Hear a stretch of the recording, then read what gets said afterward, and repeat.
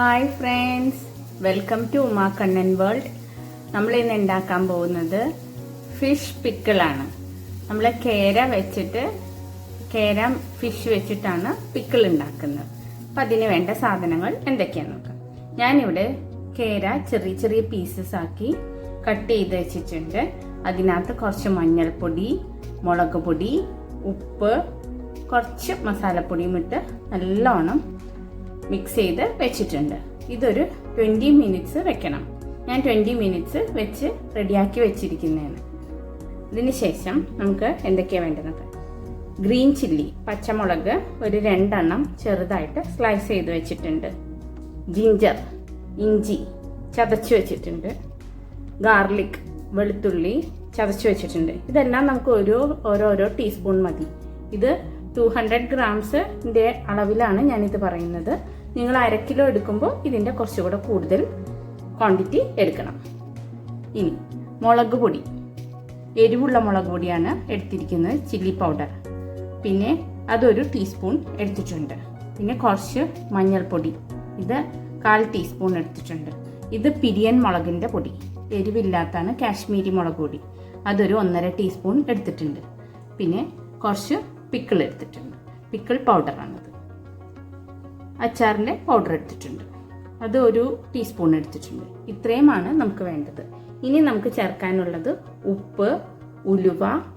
പിന്നെ നമ്മൾ ഉണ്ടാക്കുന്നത് നല്ലെണ്ണയിലാണ് ഉണ്ടാക്കുന്നത്. ആദ്യം നമുക്ക് ഈ ഫിഷ് നല്ലെണ്ണ ഒഴിച്ചിട്ട് ഫ്രൈ ചെയ്ത് എടുക്കാം.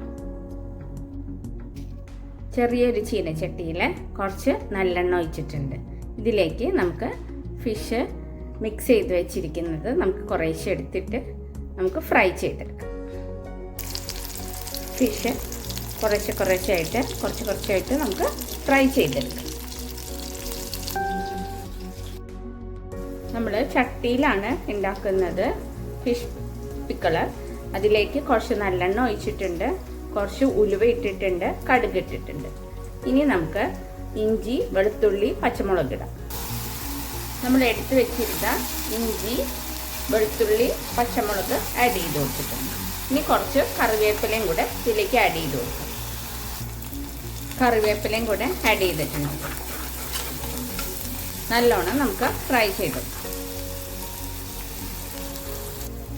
കുറച്ച് ഉപ്പും കൂടെ ആഡ് ചെയ്ത് കൊടുത്തിട്ടുണ്ട്. നോക്കിയിട്ട് വേണം ഉപ്പ് ആഡ് ചെയ്യാൻ. എന്താണെന്ന് വെച്ചാൽ നമ്മൾ ഫിഷിനകത്തും ഉപ്പ് ചേർത്തിട്ടുള്ളത് കൊണ്ടാണ്. ഇത് നല്ലോണം ഫ്രൈ ചെയ്തതിന് ശേഷം നമുക്ക് എടുത്തു വെച്ചിരിക്കുന്ന മുളക് പൊടി, മഞ്ഞൾപ്പൊടി എല്ലാം ആഡ് ചെയ്ത് കൊടുക്കാം. ഫിഷ് എല്ലാം നല്ലോണം ഫ്രൈ ചെയ്തെടുത്തിട്ടുണ്ട്. നമുക്ക് പിന്നെ ആവശ്യമുള്ളത് വിനീഗറാണ്. ഞാനൊരു 1/4 ഗ്ലാസ് വിനീഗർ എടുത്തു വെച്ചിട്ടുണ്ട്. പുളിക്ക് ആവശ്യമായിട്ടുള്ളതാണ്. നമ്മൾ മുളക് പൊടി, മഞ്ഞൾപ്പൊടി, കുറച്ച് അച്ചാറിൻ്റെ പൊടി, പിന്നെ കാശ്മീരി മുളക്, ഇതെല്ലാം നമ്മൾ ഇതിലേക്ക് ആഡ് ചെയ്തിട്ടുണ്ട്. നമ്മൾ എടുത്തു വെച്ചിരുന്ന പൗഡറെല്ലാം ഇതിലേക്ക് ആഡ് ചെയ്തിട്ടുണ്ട്. നമ്മുടെ ഗ്യാസ് സ്റ്റൗ സിമ്മിൽ വെച്ചിട്ട് വേണം പൗഡറൊക്കെ നമുക്ക് ഇതിനകത്ത് മുളക് പൊടിയും എല്ലാം ആഡ് ചെയ്യാനായിട്ട്. നല്ലോണം നമുക്കൊന്ന് ഫ്രൈ ചെയ്തെടുക്കാം.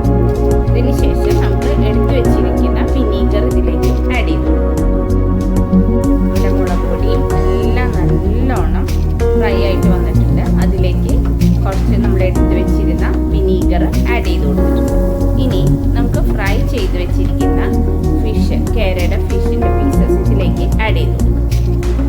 ഫിഷെല്ലാം ആഡ് ചെയ്തിട്ടുണ്ട്. ഇതിൽ നല്ലോണം നമുക്ക് മിക്സ് ചെയ്ത്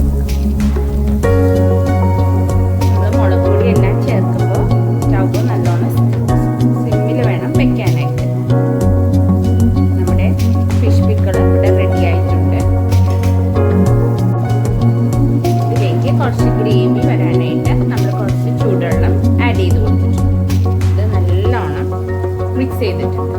ഇനി ഒരു 1 മിനിറ്റ് ജസ്റ്റ് ഒന്ന് കുക്ക് ചെയ്തതിന് ശേഷം നമുക്ക് സർവിംഗ് ബോളിലേക്ക് എടുത്തിട്ട് നമ്മുടെ ഫിഷ് പിക്കിൾ റെഡി ആയിട്ടുണ്ട്.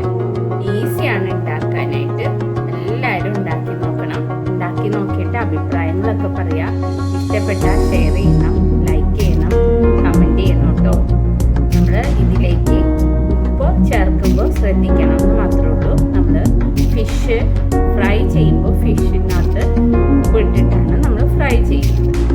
ബാക്കിയുള്ള ഗ്രേവിക്ക് ആവശ്യമുള്ള ഉപ്പും ചേർത്താൽ